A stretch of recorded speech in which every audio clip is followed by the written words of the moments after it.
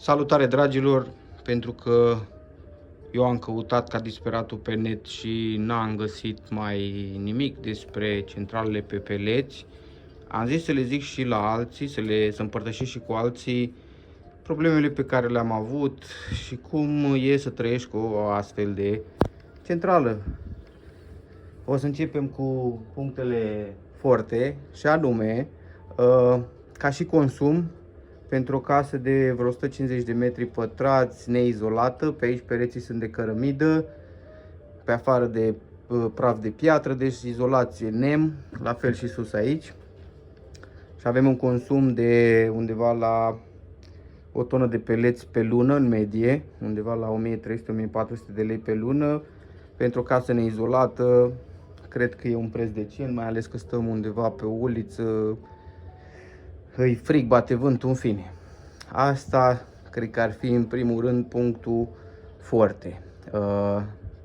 Noi am visat la început că o să fie la fel ca o centrală pe gaze, o să stăm doar cu termostatul și totul bine și frumos.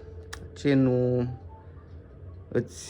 nu am găsit eu de fapt pe net e în primul rând geamul ăsta, da? Deci geamul ăsta nu o să stea el ca în povești, numai alb curat. Trebuie să-l cureți. Deci la carte zice așa, în primul rând că jos aici la bunker trebuie să o aspiri zilnic. Pe lângă aspirarea zilnică, mai trebuie făcută mentenanța aici în partea de sus, o dată pe lună. Nu pot eu că frige acum, că merge de ceva timp. În fine, aici se desfădă capacul ăsta jos. Aici sunt fumurile, o dată pe lună trebuie intervenit aici. Asta, de exemplu, modelul ăsta trebuie să intri cu o pere de sârmă, de asta specială pentru coșuri și fumuri. Și să o cureți de mamă. Curățând și jos și sus atât de des, asta înseamnă că noi am făcut o mare prostie, că ne-am gândit că mocheta asta o să fie mare combinație. Și nu e, pentru că aici în colț deja s-a făcut neagră, oricât ai vrea să umbli cu cenușă pe lângă problem. Da, asta așa ca și mentenanță.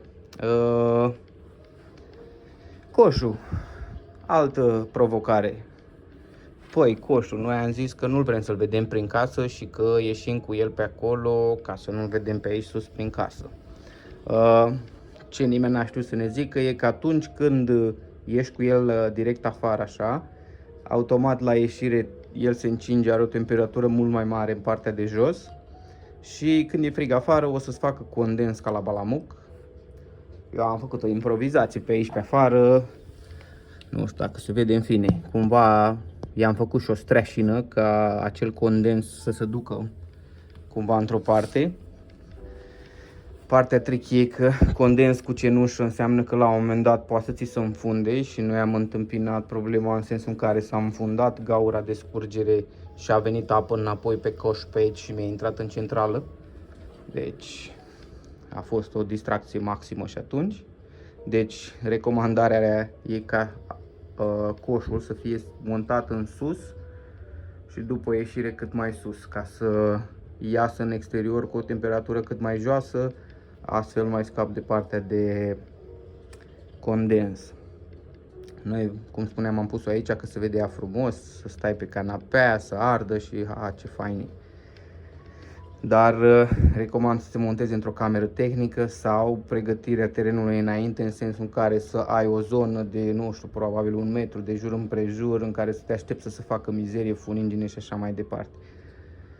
Noi pentru cenușă, pentru curățarea de cenușă, am luat un aspirator Kracher, am avut și unul mai prost înainte, dar neavând un filtru bun, mult din funingine o dădea înapoi în casă, altă distracție. Deci pentru aspirarea cenușii e nevoie de un aspirator bun, mai ales că îl folosești în fiecare zi. Deci o să fie de treabă. Da, ce ar mai fi? Noi ne-am bătut mult capul cu ea, că vreau geamul ăsta unde am văzut-o noi prima oară, geamul stătea mai mult curat, dar aveai mentenanță mai des la ea. Adică intrai de câteva ori pe zi, poate, 2-3 ori pe zi să o aspiri. Dacă nu ești acasă, problem. Că unele dau eroare și nu-ți mai funcționează. Depinde de model. Noi, ca să, în disperarea de a face geamul ăsta să fie cât mai curat, am tot umblat la setări, le-am zăpăcit de drept și le-am găsit. Ideea e că acum cu greu aprinde, adică de fapt acum aprinde un singur tip de peleți, timber sau cum naiba să numesc, ăia de reguli pe care îi găsești și la Dedeman. Ăia funcționează fără probleme în cazul de față, dar geamul, cum spuneam, oricum se murdărește. Dacă vrei să ai un geam curat, trebuie să-l cureți în fiecare zi, odată cu aspirarea. Deci eu, dacă aș lua-o de la început, probabil aș pune ori într-o cameră tehnică, numai că noi n-am avut la momentul la posibilitate, nu aveam cameră tehnică, trebuia să o construim, de asta am ales să o punem aici și că ne s-a părut nouă că e frumos să stai la foc. Dar da, și ce mai în plus, de fapt că ea emană foarte multă căldură. De fapt, în camera unde e montată ai cea mai multă căldură. Asta e o cameră mare, noi avem pus într-o cameră mare de 4x5, nu știu, something. Și încălzește foarte mult camera. Dar dacă aș păstra în continuare în camera asta, clar mi-aș lua o zonă în jurul șemineului în care, nu știu, 1 metru jumate să am zonă de gresie, parchet, something ușor de curățat, pentru că mereu se va face funingine. Nici nu știu cum să le pun să nu scap din detalii. Legat de model, modelul nu știu ce să zic, am auzit că sunt și mai rele și mai bune.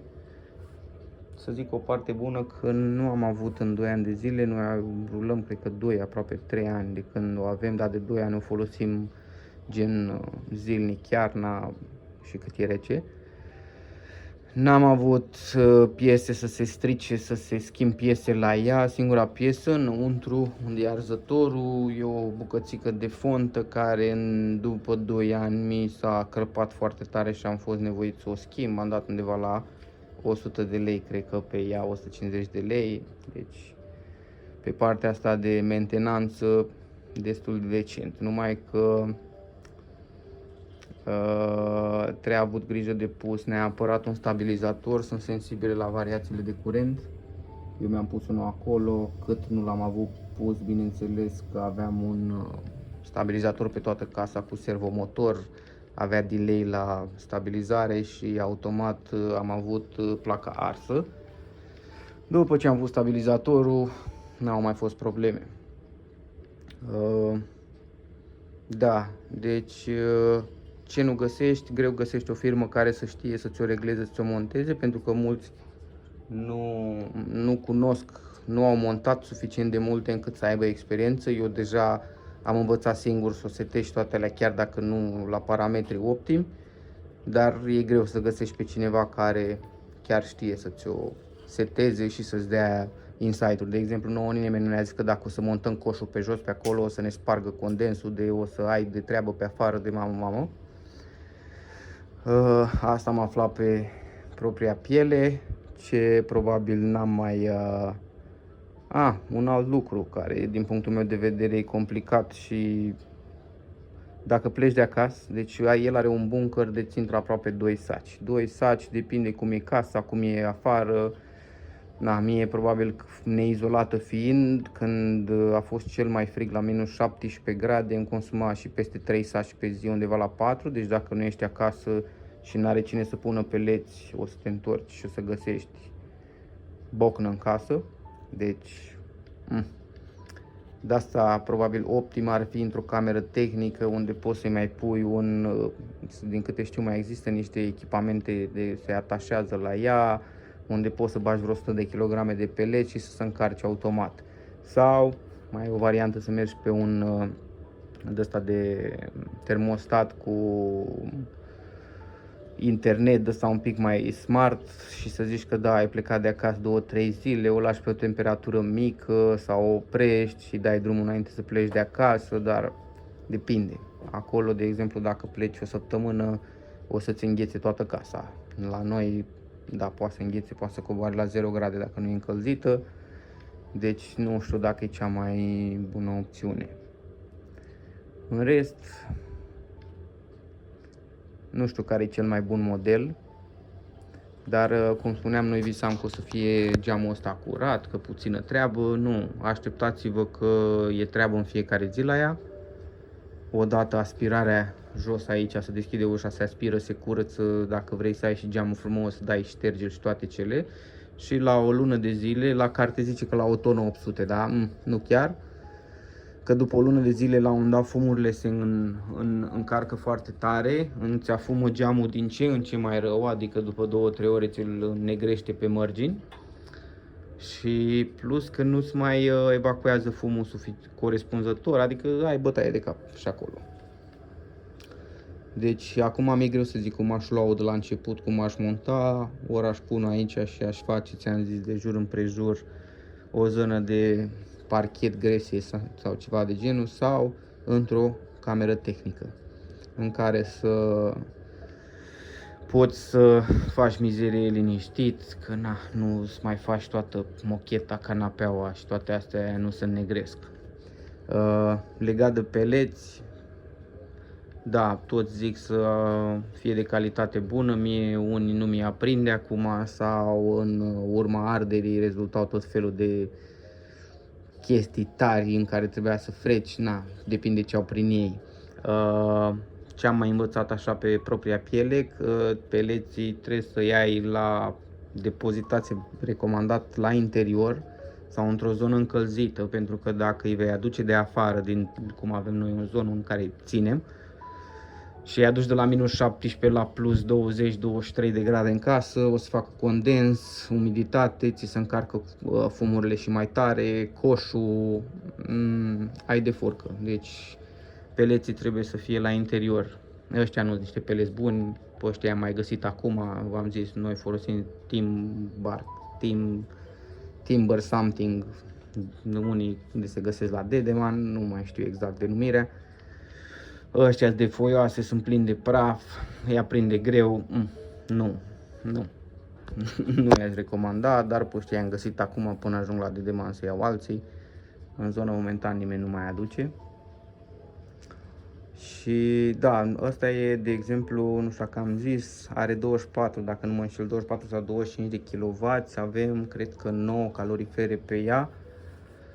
De încălzit încălzește bine, încălzește destul de repejor, doar că la noi problema e că nu e izolat, coboară repede. Eu am termostatul pe 22,5, dacă se încălzește se oprește la 22,7.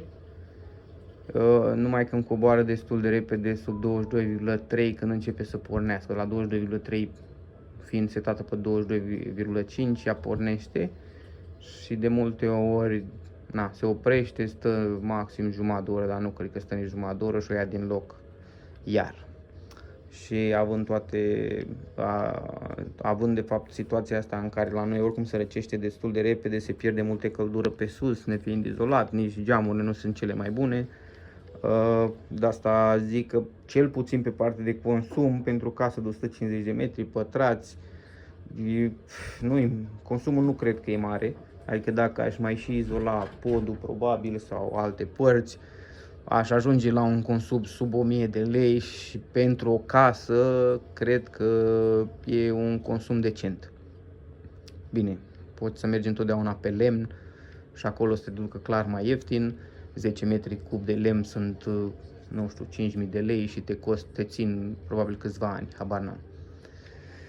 Dar cam asta e experiența mea cu un termoșemineu, cu multe chestii pe care vi le-am spus legate de coș, de cum se curăță, câtă mizerie sau alte detalii de astea, eu nu le-am găsit pe net.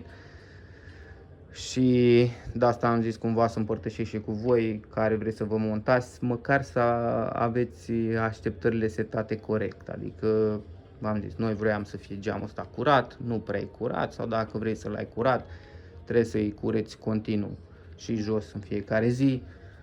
Și cel maxim la o lună să-i cureți fumurile prin partea de sus. Deci, treabă multă. Coșul, cum spuneam, noi suntem la al doilea coș. Am pus prima oară un coș izolat. Am crezut că nu funcționează coșul bine, că nu se face tirajul cum trebuie și că de-aia se afumă și așa mai departe. L-am montat cu ăla original, l-am schimbat cu ăla original al ei. Doar că ăla vine neizolat. Am ieșit pe jos, îmi face condens foarte mult. V-am zis, i-am făcut eu un capacul de jos, cum ar veni, are un capac jos la coș și intri unde îl desfaci să mai cureți de funingine. Eu găurisem, are un dop de cauciuc, îl găurisem să curgă condensul pe acolo, să nu se mai adune, să-mi vină înapoi în centrală, numai că dacă s-a de la funingine și de la peleți și dacă nu-i cureți fumurile destul de des, bagă mai multă funingine pe coș și automat îți astupă găurica aia și condensul iar vine înapoi. O să încerc un pic să ies pe aici ca să vă arăt coșul, că am zis eu că dacă ies la 45 de grade fac și nu se mai afumadat. Deci coșul și eu am făcut o streașină ca să curgă condensul, să nu mai încurgă pe cimentul ăla, că îl înnegrise tot. Da. Și aici mai trebuie lungit coșul deasupra pentru că fumul bagă prea jos. Nu știu dacă am scăpat ceva detalii, dar cam asta e experiența noastră cu o centrală de asta pe peleți, italienească, Thermolife. Dar grijă mare de unde o cumpărați, cu cine o instalați, că noi cu cine am instalat-o n-a știut să o seteze. Am găsit cu chiu cu vai pe cineva mai departe care știa să-i facă setările, dar partea de coș nici el n-a știut exact că o să am problema aia cu condensul. Deci, recomandarea e coșul să fie băgat pe aici și sus, uitați ce s-a făcut de la fum. Funingine și alte minuni după 2 ani.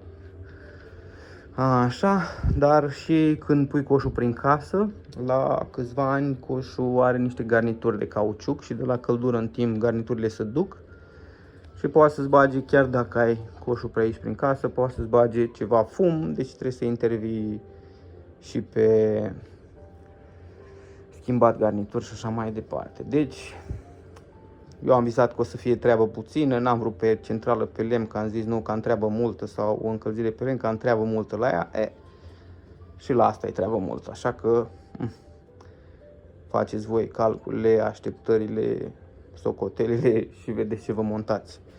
Cam atât de la mine. Spor, succes și poate video ăsta o să ajute pe cineva atunci când se gândește să-și achiziționeze o centrală pe peleți. Pa!